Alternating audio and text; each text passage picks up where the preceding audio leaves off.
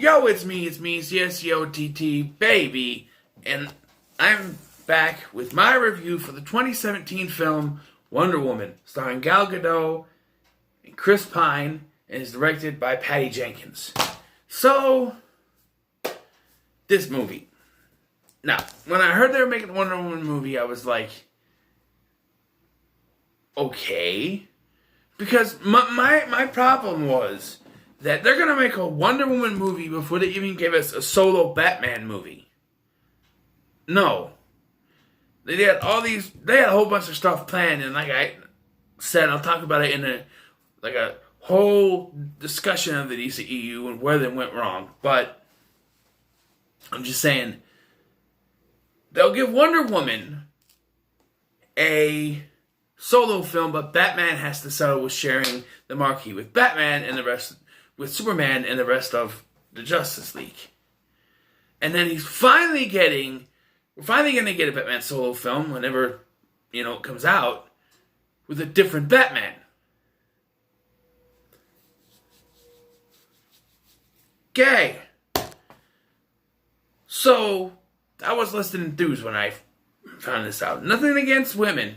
Nothing against that at all. It's just, to me, Wonder Woman has always been one of those characters that would work better in an ensemble cast like the Justice League, and that might be Superman, but to have her own movie, I mean, even in the Justice League TV show, they explored her backstory while she was still with the Justice League. That worked. I figured they could do that, but she got her own film. So I was like, okay, fine. And then it was going to be set in the First World War. What? I understand Steve Trevor was from the time of the World War. I know that from an episode of Justice League, Once and Future Thing, which is a good two-parter, Justice League Unlimited. You should watch it. They go to the past. They go to the future. No, it's the Savage Time three-parter. That's what it is. It's the Savage Time three-parter is what it is. My bad. But yeah, also the Green Lantern is joins the Marines or whatever. But yeah, anyway, or the Army, I don't know. Anyway, I was a little, skeptical with this. But having gone to see it on the same night that my mom went to see it, by the way, and we didn't sit next to each other, but I knew she was there, I heard her cough, and then the end as I was going to leave, I saw her stand up, So what is the story here? The story is that Diana has been raised on an island called the Mascara. And she's been told of this god-killing weapon called the God Killer, created by Zeus, and can kill gods like Ares, the god of war. If you know this sort of, Olympian stuff, what that's all about. You watch Hercules, Now, the one thing I struggled to think about, this came out and everybody praised this movie, and then a year later, a couple of years later, they released Captain Marvel. And everybody hated on it because it's nothing but bullshit, like men suck and women are superior and women gotta stand up for themselves and they got, it's all this man-hating propaganda. And that was based on the fact of who Brie Larson is, who played, she's one of those, she said comments and they hated on that, and they hated on the fact that it was saying that women are better than men when, all men and women are equal in my eyes. But, my confusion was, why did it say about that other than Brie Larson and not about this? And what I can come up with is that while this was promoting women standing up for themselves and wanting to be equal with men, even though it is in a time that it wasn't really, there was a little bit of it, but it wasn't prevalent. Like nowadays, women want equal rights. It was before the equal rights stuff was going on. Unlike some movies, Latin, this movie actually did it right. She was raised on an island full of women. She would want women to be equal with men, so it fits.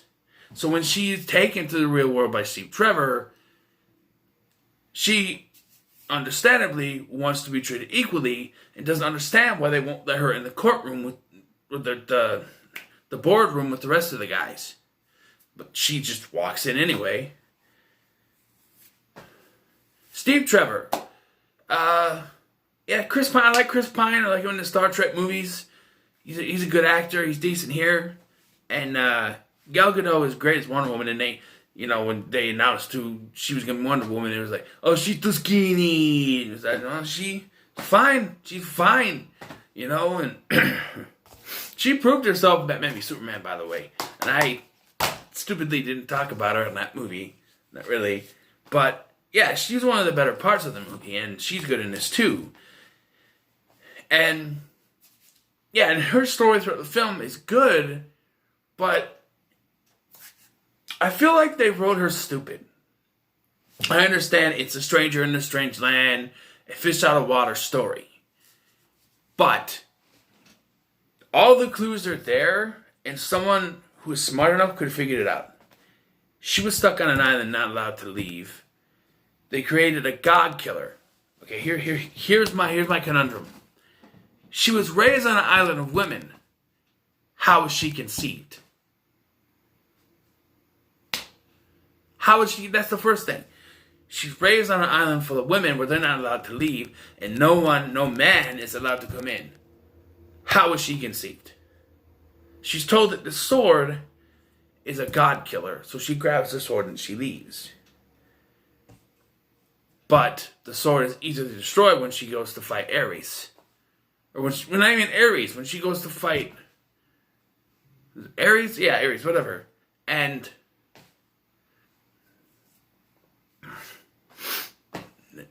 it's spoiler alert, she's the god killer.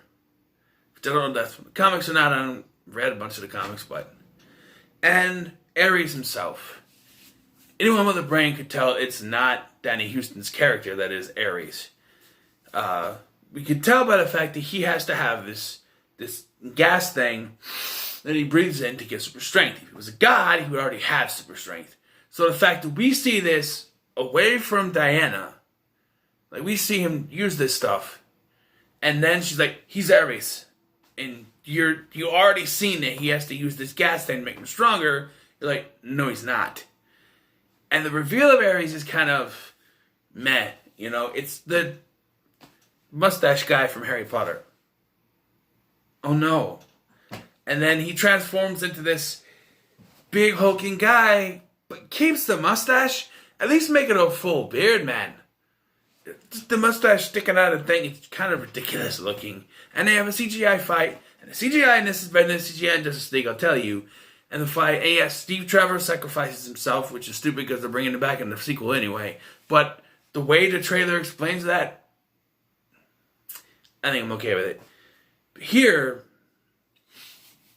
I set up this group of commandos, which has a French guy, a Native American, a Scotsman, an American, and a woman she's like Colombian in real life or something.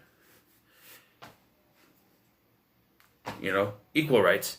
But there's the scene where she just walks out onto the battlefield when her bullet's blazing. How does she know she's not going to get hurt? I mean, Steve is nervous, is yelling for her. He thinks something's going to happen. How does she know she's not going to get hit? Ting, ting, ting, ting, ting. But I'm just saying, and this is the scene right here where she does the ting. How does she know she's going to be able to do that with the bullets? And once she realizes she's the power, I don't think she ever actually admits it, though. She just, accepts she has the powers and blows Ares away. And,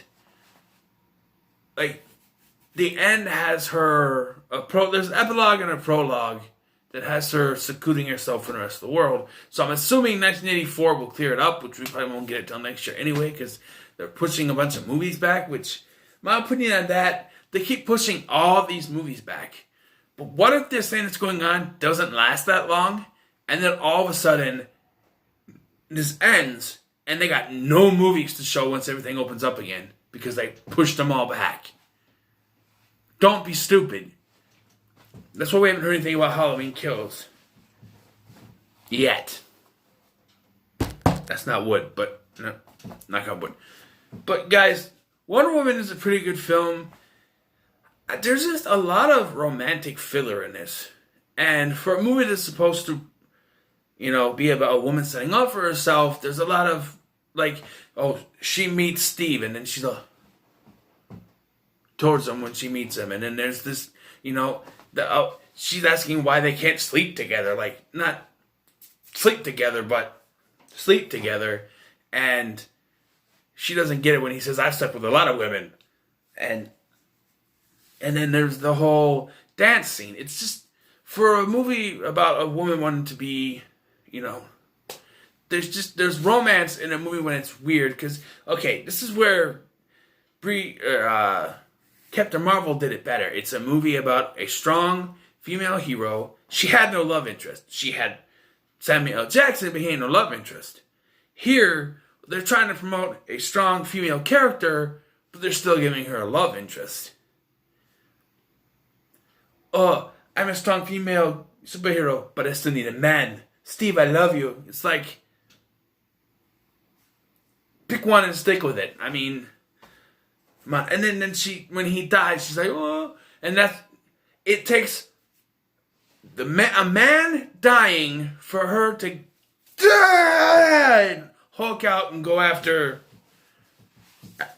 finally defeat Ares. So, if you're supposed to be promoting a strong female character, but then your character can only beat a strong female character when the man she loves dies. I'm just saying, this is a good movie, though. You guys should watch this movie. It's pretty good. Yeah, I'm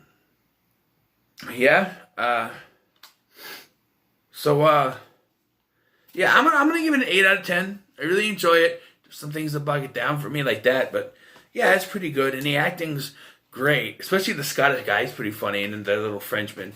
But yeah, and David Thewlis, he's the guy who plays Ares. Him being Ares, I know they were trying to go with the most inconspicuous person, and well, you did it.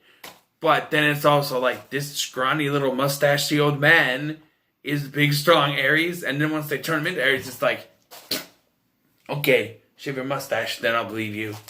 I'm just saying. But yeah, it's an 8 out of 10 for me. Like, share, and subscribe for more, and I'll see you in the next one.